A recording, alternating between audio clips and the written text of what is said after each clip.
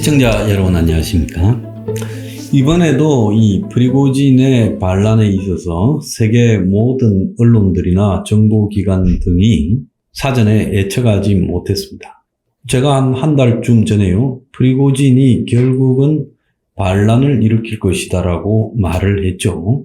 프리고진이 푸틴을 겨냥해서 1917년 혁명을 말하고 있고, 군부의 부패를 말하고 있고, 또 부잣집 자식, 권력 있는 집 자식들은 다 도망가고 가난한 서민의 자식들만 군대에 끌려오고 있다. 그래서 우크라이나 전쟁에서 죽어간다고 차마 언급해서는 안 될 문제들을 언급을 했어요. 이건 푸틴 입장에서는 영린도 그런 영린이 없는 거죠. 우크라이나 전쟁 자체가 애초에 잘못된 건데 그걸 정면으로 문제 제기하고 나섰습니다. 그래서 러시아의 군인들 중에 유일하게 우크라이나 전쟁에서 영웅이 되었다는 바그너 용병부대 수장 프리고진이 이 문제를 언급했을 때 저는 머지않아 프리고진이 쿠데타를 하겠다 생각을 했습니다.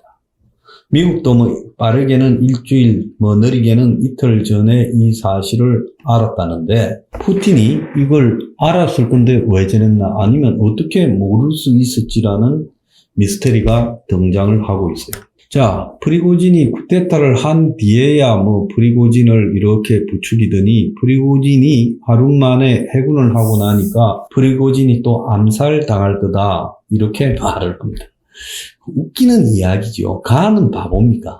그래서 우리가 세상을 바라보는 게 저 국내 문제를 넘어서서 해외 문제 같은 경우에도 기득권의 시각들이 세계적 차원에서 우리에게 특정한 시각을 강요하고 있어요. 제가 10년 전부터 강연장 등에서 앞으로 세계는 극우 포퓰리즘이 지배하게 될 거다라고 말을 했습니다. 그 들은 사람들 여럿 있을 거예요. 자, 영국이 브렉시트를 하게 될 때 저는 영국이 브렉시트 찬성 쪽으로 기울게 될 거다. 런던에 사는 주류 기득권 보수당 수뇌부들만 쳐다봐서는 안 된다. 바닥에 깔려있는 거대한 서민들의 반란을 생각해야 됩니다. 미국을 트럼프가 대통령에 도전했을 때 트럼프를 지지하는 미국의 이 백인 노동자 서민 계급들을 봐라. 그들의 분노가 트럼프를 통해서 지금 터지고 있다라고 말했습니다. 다들 그렇게 생각하지 않았죠. 우크라이나 침공 때 세계가 우크라이나가 3일, 일주일, 한 달 안에 끝날 거라 했을 때 저는 오히려 푸틴의 무덤이 될 거라고 예고했고 오래 갈 거라고 했습니다. 그리고 프리고진에 대해서도 한 달쯤 전에 반란을 일으킬 것이다라고 분명히 예고를 했어요.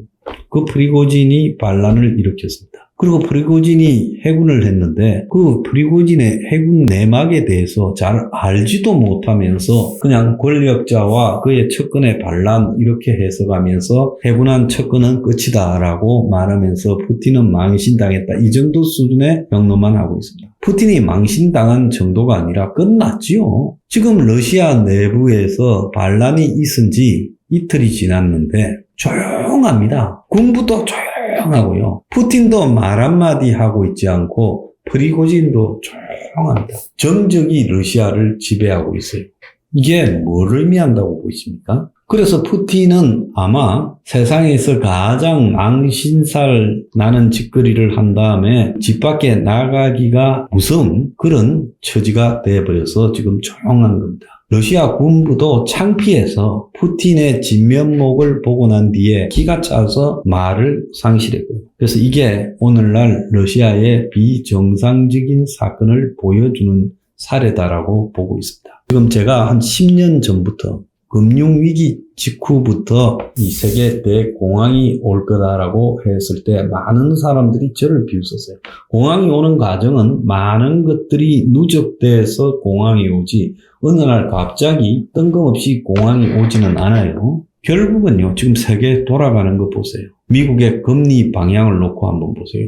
미국의 금리가 곧 내려갈 거다. 내려가기는커녕 두 번 더 올라가고 2년 동안 유지될 거라고 말하고 있지 않습니까? 인플레가 곧 잡힐 거라 했는데 잡히기는커녕 인플레가 너무 고착이 되었어. 해결할 방법이 없다는 거지. 미국 주식이 올라갈 거는데 올라가기는커녕 미국 주식이 지금 공포 속에서 가라앉고 있고 미국의 고용이 늘어나고 미국의 소비가 늘어나고 미국 집값, 상업용 빌딩 가격이 올라갈 텐데 전부 다 꺼지고 있어요. 한국의 종편이나 한국의 언론들 내용을 보면 24시간 내내 기득권의 희망사항을 대중들에게 전달하고 있어요.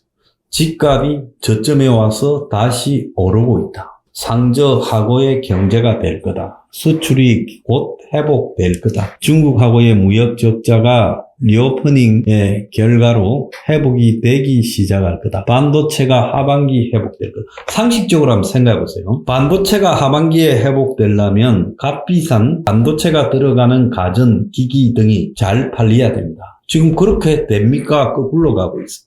중국이 리오프닝으로 성장이 되려면 중국 경제가 살아나야 되는데 중국 경제는 이제 한계에 도달했다는 거예요. 러시아가 한계에 도달해서 붕괴되고 있다는 부분이 우크라이나 전쟁을 일으킬 때 왜 몰랐습니까? 러시아가 정말로 그런 막강한 영화에나 보는 특수부대원들을 동원해서 운영하고 있다고 생각이 드십니까? 영화들에 보면 러시아 군대는 거의 신입니다.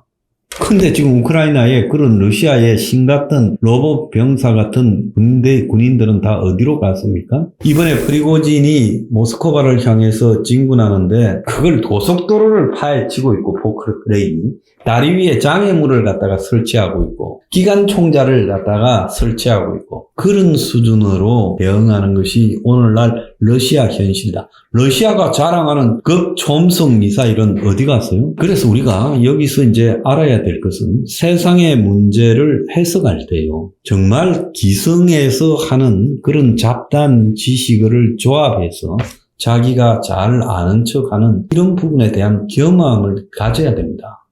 밀떡이라고 하는 것들 중에 상당수가요, 비정상적 희귀 꼬머리가 한 군데만 들고 파가지고 밀떡하고 있고, 유튜버 이 크리에이터라는 것들 중에도 상당수가 어느 한 군데만 조금 아는 걸 가지고 잡다하게 나와서 이 전문가인 양 하고 있고, 미국의 뭐 NSC에 근무하고 CIA에 근무하고 영국의 MI6나 영국의 무슨 전직 장군이나 미국의 전직 장군이 대단한 시각에서 현재 국제적으로 벌어지는 지정학적인 문제를 해석하고 있다고 봅니까? 그들의 전문성은요, 한 분야에는 전문성이 있지만 다양하게 폭넓게 보는 시각이 결여되어 있다는 거죠. 경제학자들이요, 왜 세계 경제 대공황적 위기가 오고 있다는 걸 쉽게 못 맞추는가 하면 그들은요, 자기가 배운 간단한 지식을 가지고 단순한 척도로만 바라보기 때문에 해석이 안 되는 거예요.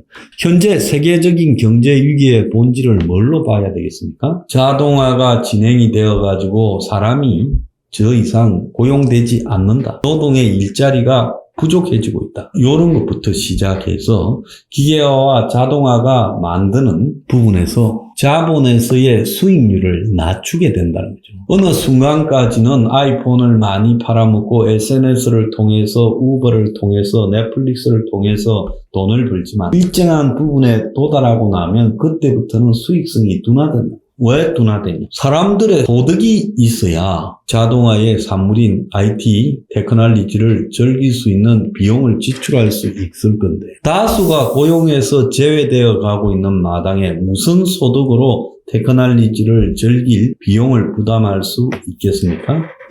그리고 AI나 로봇이나 드론이나 이런 것들이 사람의 일자리를 대체했을 때 그 이후의 미래 사회가요, 없어지는 일자리보다 새로운 일자리를 과연 더 많이 창출할 수 있겠는가라는 이런 문제에 대해서 한번 고민을 해야지. 산업혁명 때 없어진 일자리보다 기술 발달로 새로 생긴 일자리가 더 많았다고 100년 전에 200년 전에 이야기를 해서 그게 지금 먹혀들겠습니까? 지속적으로 무역을 해서 모두가 이익을 본다면, 모두가 이익을 볼 때는 손해로 누군가에게는 갔을 거라고 생각해야지, 손해본 사람 없이 모두가 무역으로 이득을 본다는 리카르도 이론을 악용해가지고 신자유주의라는 가짜 이론을 만들어서 모두가 이득을 본다. 거기에 속아서 미국이 오늘날 반도체도 못 만드는 나라가 됐다가 뒤늦게 저렇게 난리를 치고 있는 거 아니겠습니까? 미국의 제조업 일자리가 소멸돼 버린 데는 미국의 자본 편드는 정치인들이 앞장을 서서 신자유주의를 전 세계에 강요하고 나니까 정작 미국에서 산업 공동화 현상이 와가지고 전자제품도 제대로 못 만들고 TV 냉장고도 못 만들고 차도 제대로 못 만들고 애들 장난감도 제대로 못 만들고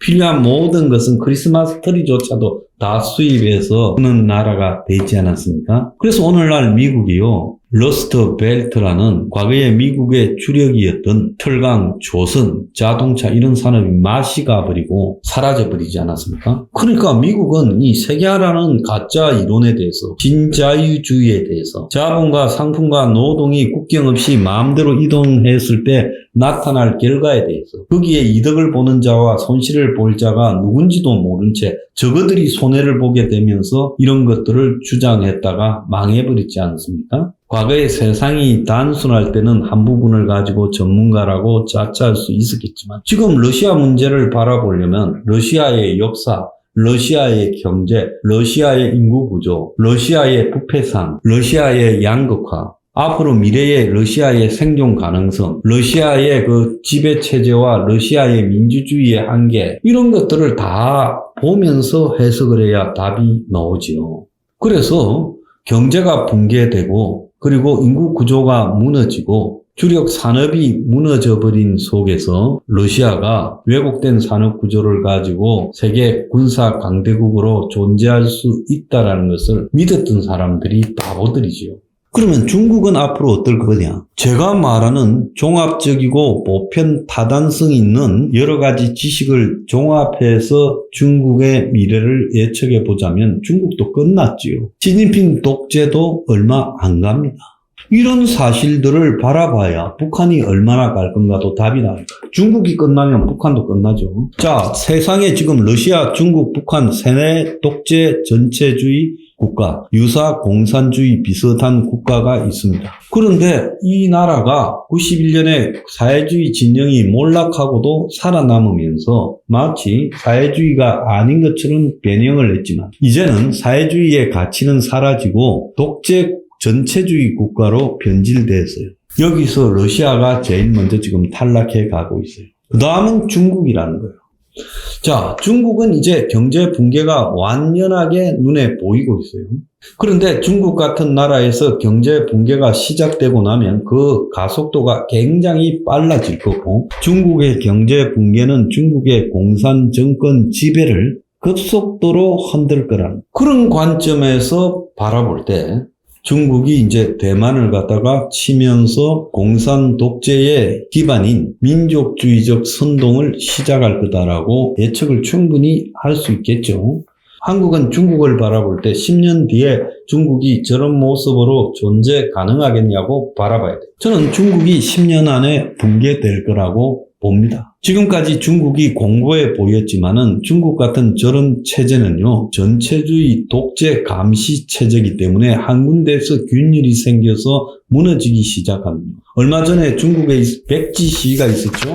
그 백지 시위가 중국의 지금 붕괴를 예고하는 거예요. 러시아에 비해서 중국의 지배 체제가 공고하게 보인다고요? 그거는 천만의 말씀입니다. 북한의 김정은 3대 지배체제가 공고하게 보여도 저것도 순식간에 붕괴될 수 있다. 그래서 우리가 이 세상의 사회적 어떤 현상을 바라볼 때 자기가 그걸 갖다가 종합적으로 분석할 능력이 없으면서 단편적으로 언론의 지식들을 종합해가지고 상식적으로 예측하는 것은 그건 무의미하다. 그래서 우리가 주관적인 자기 지식을 갖기 위해서 끊임없이 노력을 하고 노력이 없으면 입을 다무는 게 맞다. 여러분도 가짜 지식에 놀아나지 말기를 바랍니다.